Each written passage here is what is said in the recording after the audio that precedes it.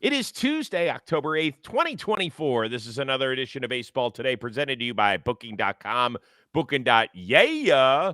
That is my man, Trevor Plouffe. I am Chris Rose, producer Dan along for the ride as well. In fact, Danny Boy gets a little tip of the cap.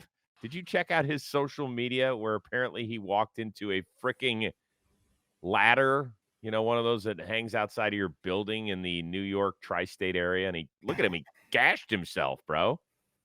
I love Dan, no doubt about it. But I'm going to say with almost 100% certainty, it was a looking down at your phone while walking moment. Did I get that right? Is that accurate, Dan? Yes, Yeah. he confirmed it for us. I know everybody out there can't hear it, but still didn't miss a show. He did show up without his contact lenses, and he's wearing these glasses that make him look like some Halloween character today. Like But a serial killer. yeah, a little. Yeah. I didn't want to say it, but sure, okay, let's go with it. First time ever divisional round, best of 5 series. All 4 of them are tied at a game apiece. I told you this stuff was going to be fun. We'll start with Monday's second game from the Boogie Down, where the Kansas City Royals taking care of business the way they do. Roll toward Witt short. He scoops it up, throws, and ends the game, and sends the Royals and Yankees off to Kansas City with the series tied at a game apiece. How different does the series feel now after game 2 compared to after game 1? Still feels the same that we're going to win it, I don't feel like anybody feels any different, We're going to go out there and do our thing still. We still don't feel like any team is better than us. Like you said, we had a lot of missed opportunities tonight, so they just got lucky. Those are the words of Jazz Chisholm. Any problem with what he said? I don't know. I don't really care. I know a lot of fans like, you can't say stuff like that. Those are the same people that say you can't say the guy has a no-hitter on the broadcast, whatever it is. Those words are not going to have an effect on anything. Kansas City's not using that as bulletin board material, anything like that. They don't need that. They already feel like, David and David versus Goliath, and you know who wins that matchup? David was pretty Chris. good. Yeah. Yeah. I had David. Do you have a problem with plus it? 1,200. Do I? Yes, I do. And it's actually my number one pet peeve in post-game interviews. Not because it'll rile up the Royals, not because it'll have any effect on the series, but because I think it shows a lack of sensibility in terms of, should the Yankees have gone 162-0 this year? Like, did the other team always get lucky when they beat the Yankees? Like, I was fine with 90% of what he said until the last part where they got lucky. Why did somebody, if you could explain to me exactly why they got lucky, then I'll listen. Yeah, they kind of didn't get lucky. They kind of just strung some hits together against their starting pitcher, and the bullpen locked them down. If anything, didn't the Yankees get a little lucky that the opposition walked them 8 times in game 1? It wasn't like the Yankees, Oh, now you're getting too deep into it. Jazz was also out. Oh my gosh. No, my point is that why say it? Like, you don't get lucky in that situation. Was it 4-1? Yeah, and then somebody with the bases loaded in the 9th inning, and then a ball magically got blown back into the field of play when it was going to be an easy grand slam. No, none of that happened. So there was no luck involved. It is dismissive to the Kansas City Royals, who played their game to their credit. On Monday's show, what did we say? Stop walking, people. Well, Cole Reagan's their all-star left-hander didn't listen. He had 4 walks in his 4 innings, had to turn it over to the bullpen because he didn't give him enough length. And in 5 innings, those relievers walked 1 batter combined. And that was the difference, and that had nothing to do with luck. I don't know if you've been following along with Jazz Chisholm this year in his interviews. He's not really like I'm going to think a lot about what I'm saying before I say it. It's more like it just kind of, there's no filter there. So I don't know if he really meant that, but it did come out. Sure did. This is the way Kansas City's going to have to win ball games. The one thing I would say is that Bobby Witt is going to have to get more than 0 hits if they expect to move on to the ALCS. I suppose that if you're Kansas City, you're like, okay, feeling pretty good.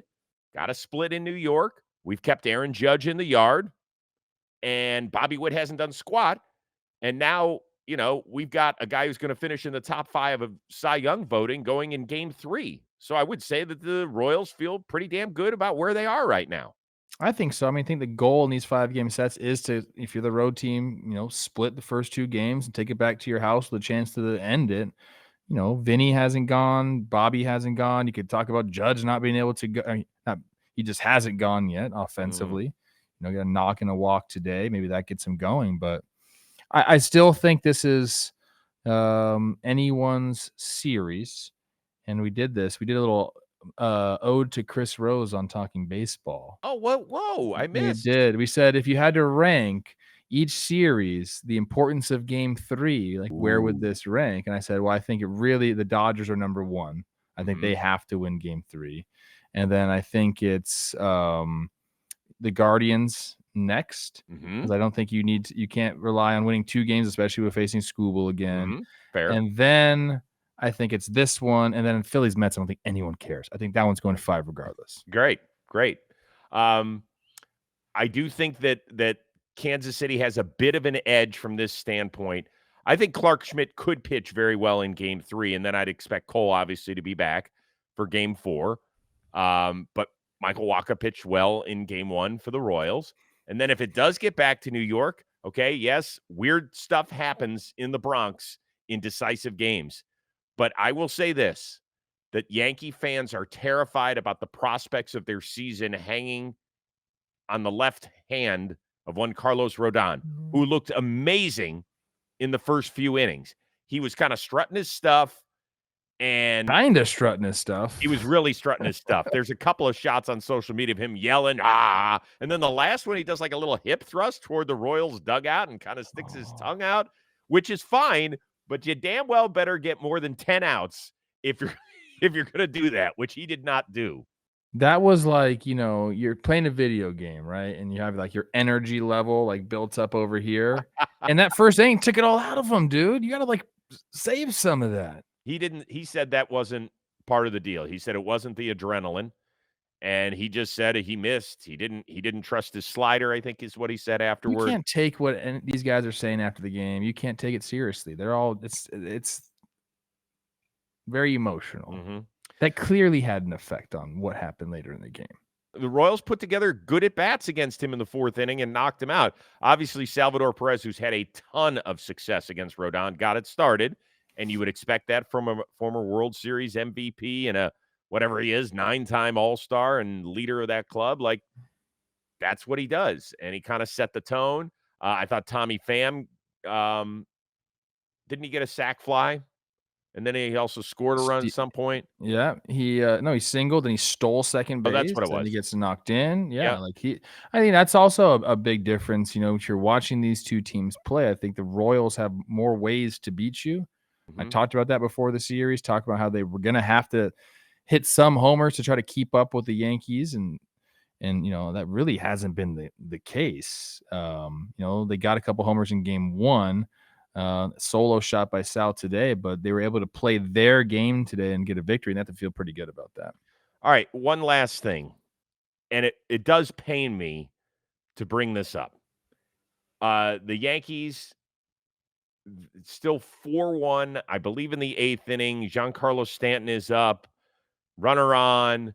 Bobby Witt makes an amazing play. Here is the call from Bob Costas on TBS. Hit to short. Witt gets the force. Can they turn 2? Yes, they can, and it's just the point we were making. It's not Giancarlo's fault. A near base hit, couldn't beat it out at the other end, turns into a double play. Now, that ran the circuit on social media. What are you laughing at? I just, obviously Royal fans were like, what was that? Yeah, I think there were a lot of people on both sides about what was that. I do want to preface this by saying, Bob Costas is one of my broadcasting heroes. He is on the Mount Rushmore. He is a legend. And I do wish that they would get somebody a little younger for this. Like Brian Anderson is awesome. He does a great job on TBS. Bob still calls a very, very good game. It's not like you're not like, man, he sounds old. He does not at all. Okay, he still has the pipes. His vocabulary is unparalleled. All of that stuff.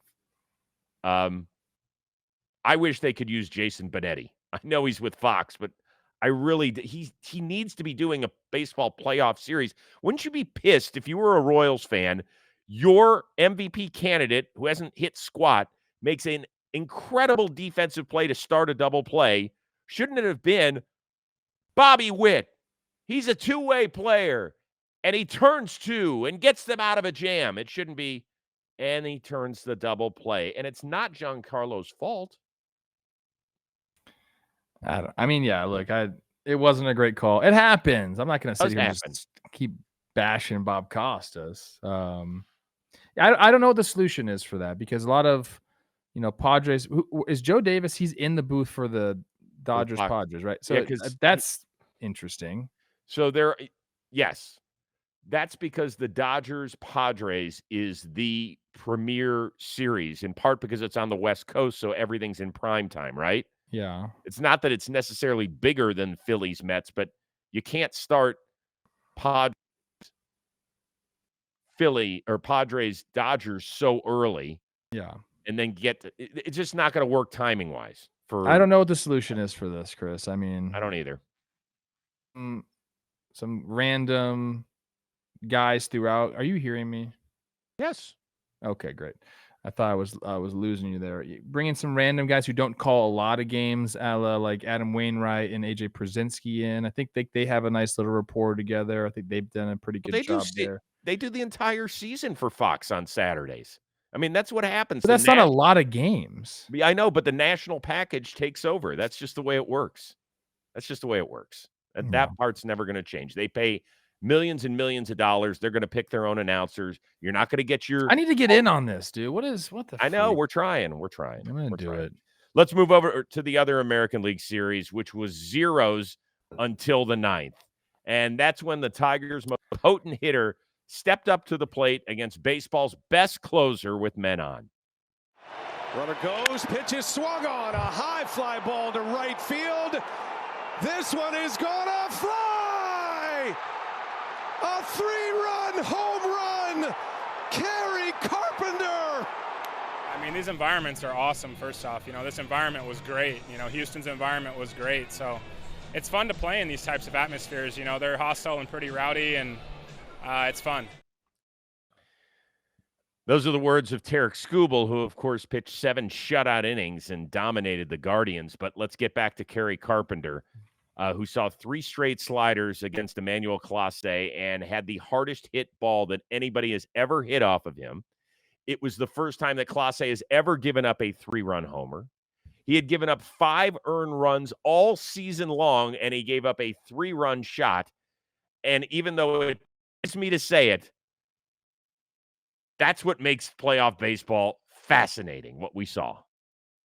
Yeah, I mean, I actually loved watching the game because I thought there was, the great pitching of Skubal in there, and then, a good job of Vogt navigating with the bullpen. A couple plays, run-saving plays. The Quan play was awesome. The double play that they turned on the slow chopper first and third, that's a run-saving play. I thought that was great. I posed this question to Jake. I'm curious to hear your take on it. They have Gaddis in there. He looks pretty good. They end up intentionally walking to bring Clase in. I know you want to bring Clase in. He's been the guy. But and tell me if I'm wrong, he's only had clean innings this entire year, right? He's never come in and had to sit down after a non-clean inning and then come back out. I thought that was interesting. I know in the playoffs you do things that you don't normally do during the regular season. I'm just curious. Maybe I don't know if that had an effect or not. Probably shouldn't have just thrown 2 sliders in the identical locations back to back right there. But I was wondering that because I remember seeing that he'd never come in a dirty inning before. And now he all of a sudden had to do that. And relievers are just they're strange like that, Chris. Yeah, they're creatures of habit as well. The only time Clase has come in is in the extra inning where there is traffic on the base, right? Yeah. So the getting up and down, that only happened one time throughout the year. August 20th. Where he started in the 8th and then he came back for the 9th, I believe it was. So it doesn't happen that much. But to the Tigers' credit, he retired the first 2 guys in the 9th, and then Rogers and Sweeney, the 8-9 hitters, got him. And that turned the order for the guy they were trying to avoid all day. It's why Matthew Boyd pitched to one right-handed hitter in the 5th inning so that Kerry Carpenter could have one fewer at bat. Carpenter's numbers were no joke, and it's the biggest reason why Detroit's offense, even though it's been kind of middling all season long, why it did turn a little bit when it coincided with his return to the lineup.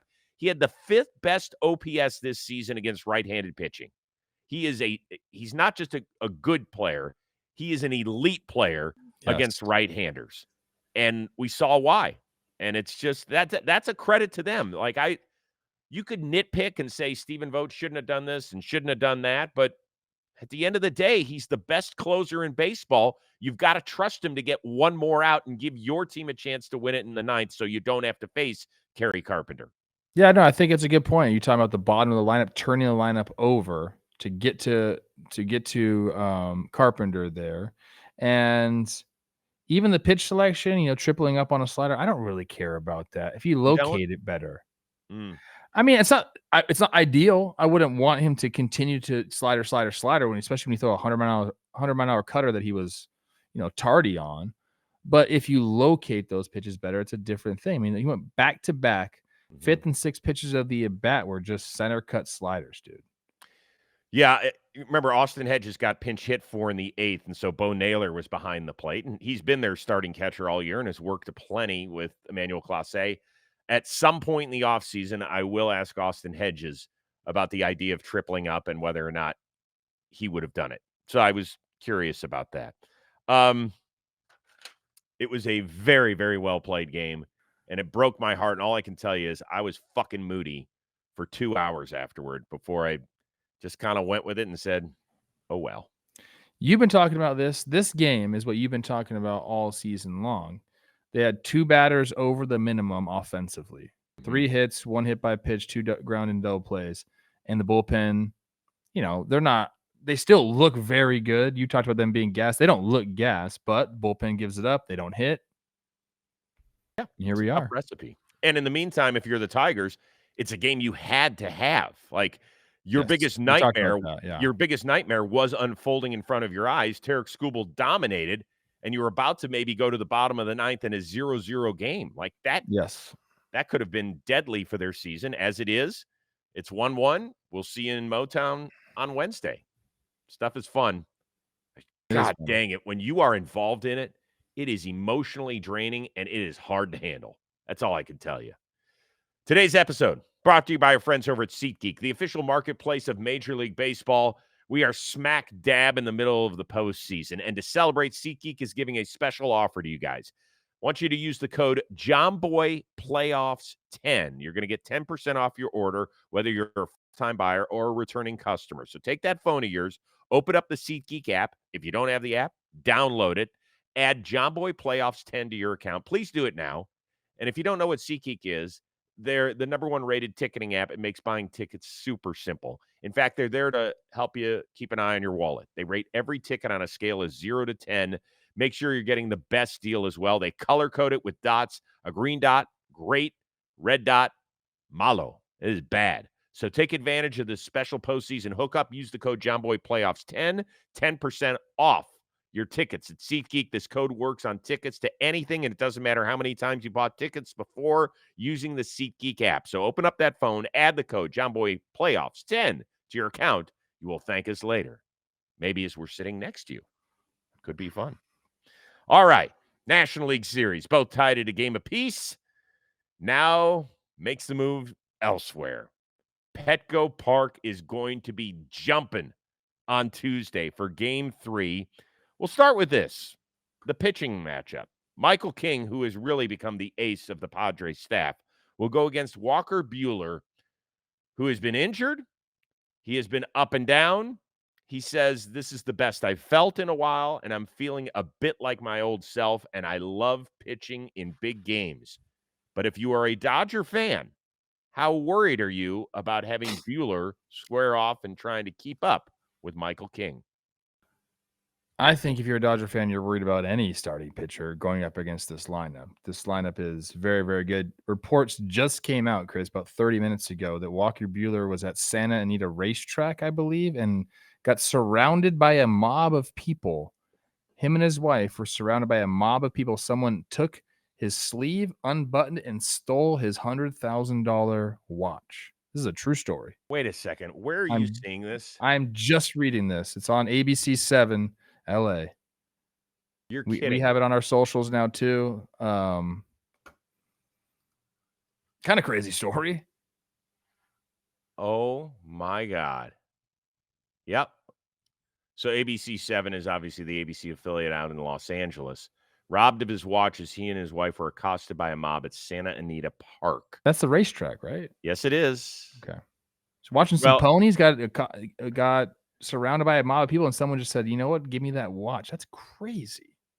Well, that's been happening a lot in the Los Angeles area. I can tell you that. I've had some people say, if you have nice watches, leave them at home these days. Wonderful society we live in. I am terribly sorry to hear that. I would imagine that is something that will creep into your brain, particularly if his wife is extremely bothered by it. Life tends to get in the way. He all of a sudden trying to go up 2-1 in a best of 5 series might take a back seat if we're talking about trauma being involved here. That is a frightening situation. Yeah. I mean, he's going to make enough money over the life of his career where a $100,000 watch maybe is replaceable, although that is a hefty penny. But at the same time, it sucks. That frickin' sucks. I'm sorry to hear about that. Yeah, no, I didn't like reading that. Trying to get back to baseball. I just don't think you can feel confident with anybody out there right now against this Padres lineup. You really, I think if you're a Dodgers fan, you really just have to hope that your offense can slug it out and go toe-to-toe with their offense right now. I think that is the Dodgers' game plan. I think we've seen Jack Flaherty get roughed up. We've seen Yamamoto get roughed up. I mean,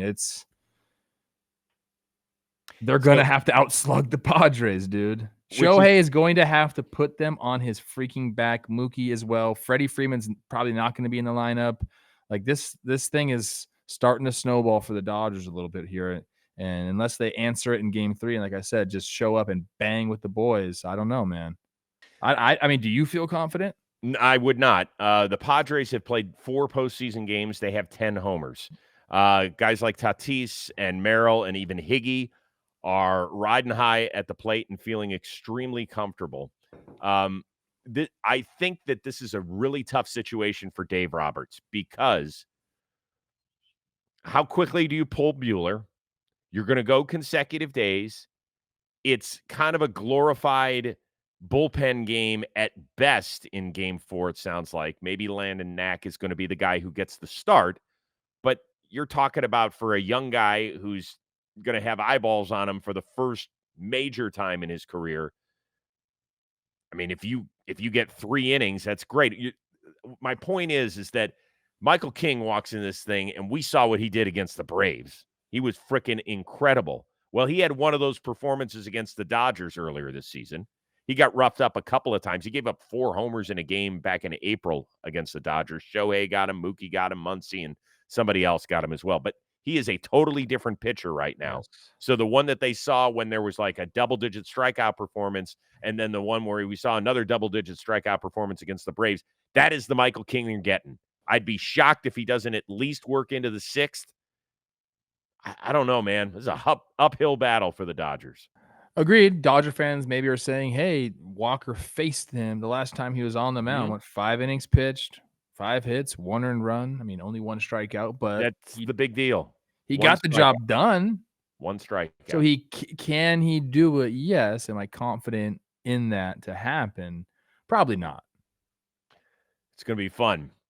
The other side of this is we've spent a lot of time talking about kind of the off-field stuff between these teams, between the Padres and the Dodgers fans, between Jack Flaherty and Manny Machado.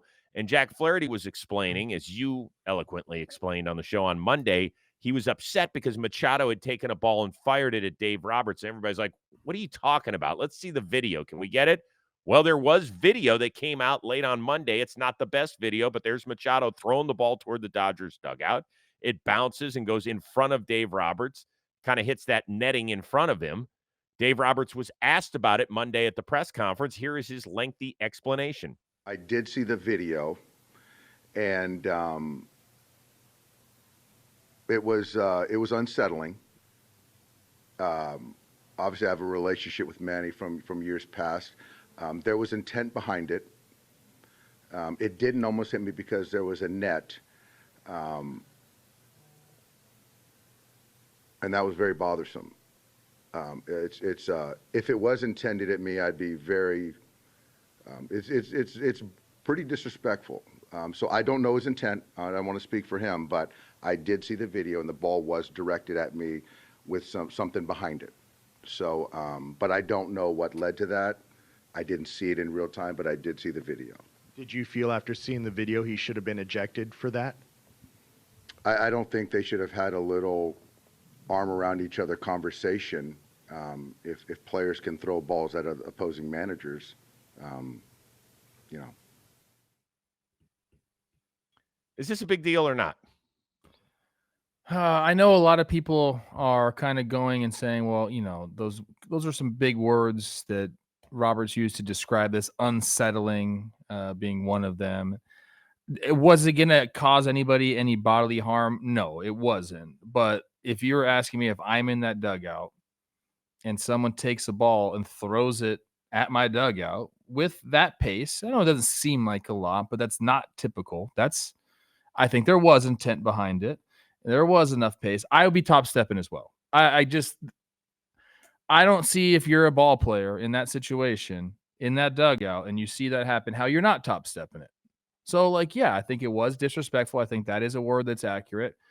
You could say that, well, Manny just got yelled at by Jack Flaherty and told to sit the fuck down. So maybe that was his response to that. And then that's two disrespectful kind of things back to back. But if you're asking me specifically about that, yeah, that was disrespectful. And I would have top stepped 100%. I'm not saying like Manny's the worst person in the world for doing that, but that is not something. Third baseman, a lot of times you get the ball back because the ball will hit the dirt on the throw down from second base. You'll end up with the ball. Catcher will signal, no, I'm going to throw a new ball to the pitcher. So you tend to throw a lot of balls to the ball boy or towards the dugout. You don't throw them that hard, ever. Like, ever. You don't do it. So if you're asking me if it was disrespectful, I'm going to say, yeah, it was. Mm-hmm. Yeah, it was disrespectful and it was immature. And it's not the first time we've seen Manny, and we gave him some props for huddling everybody up. I do think that he tries to be a leader and be a calming voice, but I think that there's sometimes he can't help himself with some stuff. And Chris, he is a leader and he does a good job, but like their emotions are going to run high from time to time. Nobody's perfect. Okay. Like I think that he does a really good job. I think that game got away from a lot of people in that stadium. There was a ton of energy there, a ton of emotion. And sometimes you're going to handle it great and we applaud those guys for it. And sometimes you aren't. That is just the human nature of things. So like, I don't think Manny's like stoked that he did that. I think sees the video and he's like, I probably shouldn't have done that. Right. And I think that that's the thing. Would I love to see, like, we just talked about this on Monday, how much we love the passion of this. Mm-hmm. We really do. Like, we love the barking back and forth. Most of the stuff with the fans, we have been very good with as well. Like, that interaction has been great. And it brings a whole different layer to the outstanding baseball that we're watching between these two teams. It's just, that was silly. And he wasn't throwing it at Dave Roberts, by the way. He was just throwing it at the dugout. It wasn't like he picked out Dave Roberts to throw it at. He was just throwing it. He whipped it at the dugout, man. And again, like, I don't know one big leaguer that I ever played with that would have just been like, oh, whatever. I think that is like, you see Teoscar, how he reacts. Like, that's how everyone's going to react right there. Got it. Okay. It'll be interesting to see Dave Roberts when his name is introduced. How Petco Park's going to greet him. Dude, Petco Park's going to be freaking wild. It's going to be awesome. It really is going to be fun. Let's move on to the first game of the day on Tuesday. Phillies and Mets. For New York, it only feels like since July that they've played a game at Citi Field. It's actually been a little bit less than 2 weeks, but in that span, they have traveled the globe in must-win situations with drama-filled games. Here's their skipper, Carlos Mendoza, followed by Nick Castellanos. It's incredible. I think this is, you could write a book, you could make a movie. You go back to that game in Atlanta, the way we won to clinch a playoff spot. Then we got to play in a wild card series, and the way we came back and won the series. The first game in Philly, being shut down for eight innings, and then come back and getting the W, and then the way we lost the game yesterday. So we've been in the good side and now in the bad side. Incredible week, but that's what makes baseball such a beautiful sport. Well, obviously going into New York 1-1 is a lot better than 0-2. But now that being said, the series is far from over. They're a really good team over there, and they are playing together. They're playing as a unit, and they've been through adversity before. So, game 3 and 4 in New York is going to be challenging, but I know all of us are looking forward to it. Is that a man bun on Castellanos? I was just gonna say, first of all, Carlos Mendoza with the tight fade. tight. Okay, Carlos, like that's a little young, that's a little hot boy haircut right there. And you can, that was a man bun, and I don't think those are in fashion. You got to ask the ladies if they like that. That's all that really matters. I don't know. I don't really dig it, but if they like it, I didn't know that he had enough to pony up. Yeah, he's shaggy right now, dude. Okay, interesting. Yeah. So let's start with how crazy that atmosphere is going to be, because you have to remember where they've been. Must win at least one doubleheader in Atlanta, head back to Milwaukee for the second time in a few days and be down to your last few outs, and Pete Alonso doing his thing. And then we're moving on to Philly and amazing comebacks and like all sorts. That place, thankfully, there's not a roof, because it would probably blow off on Tuesday. I wonder if the emotions could backfire at all on the Mets. Is that possible? Maybe. I feel like we kind of just saw it on Rodon a little bit, even though he said that didn't happen. I don't think so. I feel like it's going to be, dude, these guys get to sleep in their own beds. Like, that's nice, dude. Like, people are like, dude, if you don't like travel for work and you don't really have to travel that often, you kind of take that for granted. Think about when we come back, Chris, from like, I don't know, just a week doing our John Boy stuff, how good it feels to be home. I think it's going to be great for them. I think the crowd's going to be great for them. I was talking to Jake about this a little bit. These playoffs have really got some great atmospheres because of long layoffs, from whether it's, the Royals just did the same thing. Like, they haven't been home in forever, and they also haven't had a home playoff game since 2015. The Tigers haven't had a home playoff game since 2013, I think. The next games we're going to see are going to be all the crowds have been great. Mm-hmm. All the crowds have been great. But I do agree with you. I think it's going to be crazy. I don't think it's going to affect them. I think it's going to have a positive effect on them. I don't think it's going to negatively affect them. It's going to be a positive effect. Yeah, so it's going to be Manaea and Aaron Nola. There is one, and you can spin statistics any way you want to, okay? One of the ones I saw on social media that I found most fascinating is that Aaron Nola, on 6+ days of rest in his career, opponents hit .416 against him, a 1.1 OPS, and this is a small sample size. This is in 29 career starts. So something happens where maybe he loses a feel for things. Mm-hmm. He's going on 9 days rest here. It's going to be interesting. That does definitely happen. The sinker ain't sinking, or you're not. Your fingers aren't where they're supposed to be. It might take you a little bit of time to settle in. Hopefully for his sake and the Phillies' sake, he understands that this does happen to him, and maybe he went a little bit more aggressive with his bullpens and tried to really, simulate game speed as much as possible. It's definitely something to watch, though, Chris, because that's a real thing, that layoff.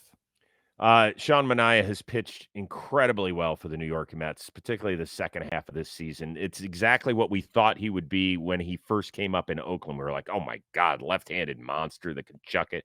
You were teammates with him, weren't you? I was, and he just never, threw hard. I felt like I would just want to, sometimes shake him, dude, just throw harder. Just do it. You're so big. You're a big guy. Yeah. Now he kind of is doing that. Found the arm slot, and he's throwing cheese, and he's got the deception, and he had all of the things to turn into this years ago. A tall, big lefty like that with a massive wingspan, dude. A massive wingspan. It just, some guys take a little bit longer to find who they are. How old is he? 30? Gotta be. I would This say guy, so. this guy can pitch for 10 more years, Chris. I don't know if he's going to end up doing that. Dude, I'm telling you, a lefty that can throw like that will stick around forever. Okay, let's see here. He came up in 2016. He's 32. Wow. 8 more years, Chris. 32 years old. Wow. Okay. Well, Well, keep what's his going. salary? What's his Didn't he total get it? He got a earnings? 2-year deal, didn't he, with the Mets? I'm gonna Oh, no, it was a go. 1 year with a player option for next season. 1 year, 14 and a half. I'm gonna go 39. 48 and 48. change. Yeah, he's got a Pretty player good. option for 13 and a half. I bet you he turns that down. Yeah. For how much? 13 and a half. Yeah, see you later. Yeah, he's going to turn that down, try and work a 3-year deal, which I'm sure he'll get. He pitched exceptionally well this year. The one other guy I would keep my eye on is Edwin Diaz.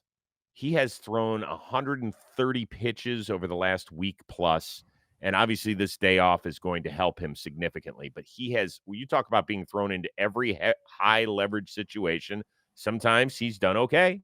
Sometimes it has backfired.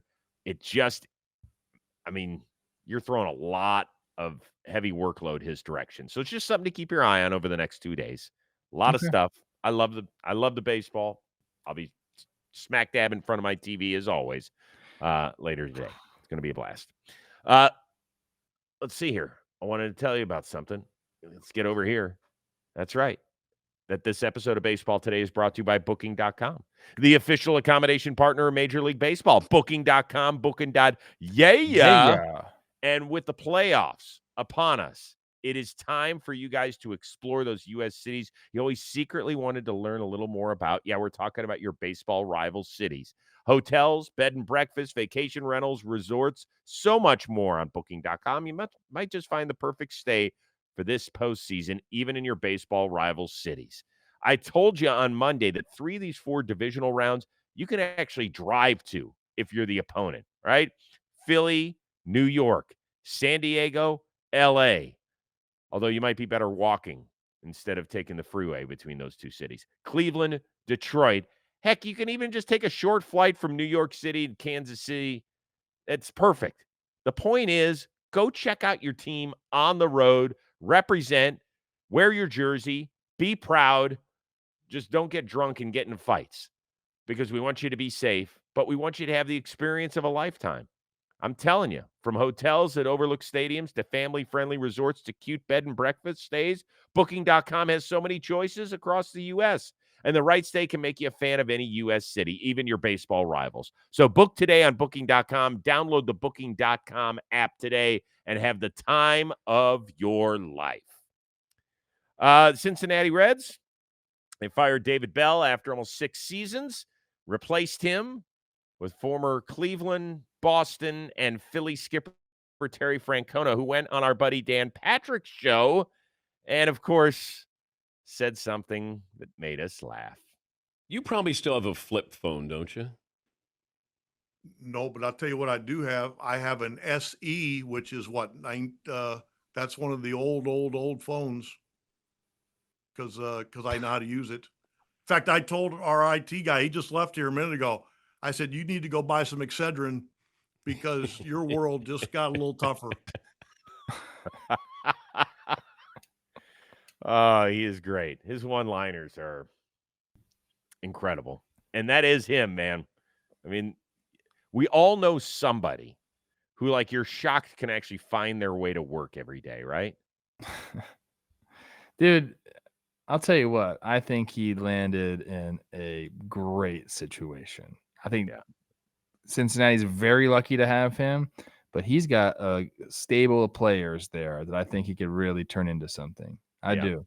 He said a lot of great stuff in that press conference about holding guys accountable and all that sort of stuff. And he was excellent. He was excellent. Who's the one person in your life, though, that is so technologically errant? I feel like, man. How do your parents do with technology? They're pretty good. Like, I don't know. I guess my dad isn't. He doesn't really do anything. He doesn't have like an Instagram or anything. Yeah. Do your parents have a hard line for phone, or do they strictly have cell service? My dad has one for sure. I don't know the number to it. I just have his cell phone number. I've seen the phone at his house. My mom only has a cell phone. I'm pretty sure. I don't think she has one at her house. Yeah. We tried to get one here. Where? And you know what they told us? At my house. Huh. You know what they told us? What? It runs off your internet. I'm like, a landline runs off the internet? How does that make any sense, dude? I want one that doesn't work off my internet. That's the whole Right. point. That's the whole And I point. told In case them to get one. in case something goes down, don't I want to be able to have a landline that I'm good with? I'm in the process of buying this propane fuel generator. Ooh. Oh. Because I don't want gasoline. It's too hard to store gas, not like gas powered. I'm going propane gas powered. Where are you getting that from? Store it Anywhere? better. Should we get a 2-for-1? Do you have a Groupon for that? You should get one. Just saying. Okay. All right. I'll think about it. Enjoy the 2 National League games. We are back at it on Wednesday when we've got all 4 series back in action. Oh, this is going to be a blast. Enjoy. Everybody be nice to each other. If you see a visitor infiltrating your ballpark, don't be a dick. Yeah, don't. Be nice. You can yell. You can say, I hate your team. Screw you. All that I don't really stuff. gotta say that either. What? But just be kind. We're all part of the same race here. You know, the human race. That's it. For our one-of-a-kind producer, Dan Rourke, the uber-talented Trevor Plouffe, I am Chris Rose. We will see you Wednesday here on Baseball Today, presented to you by Booking.com.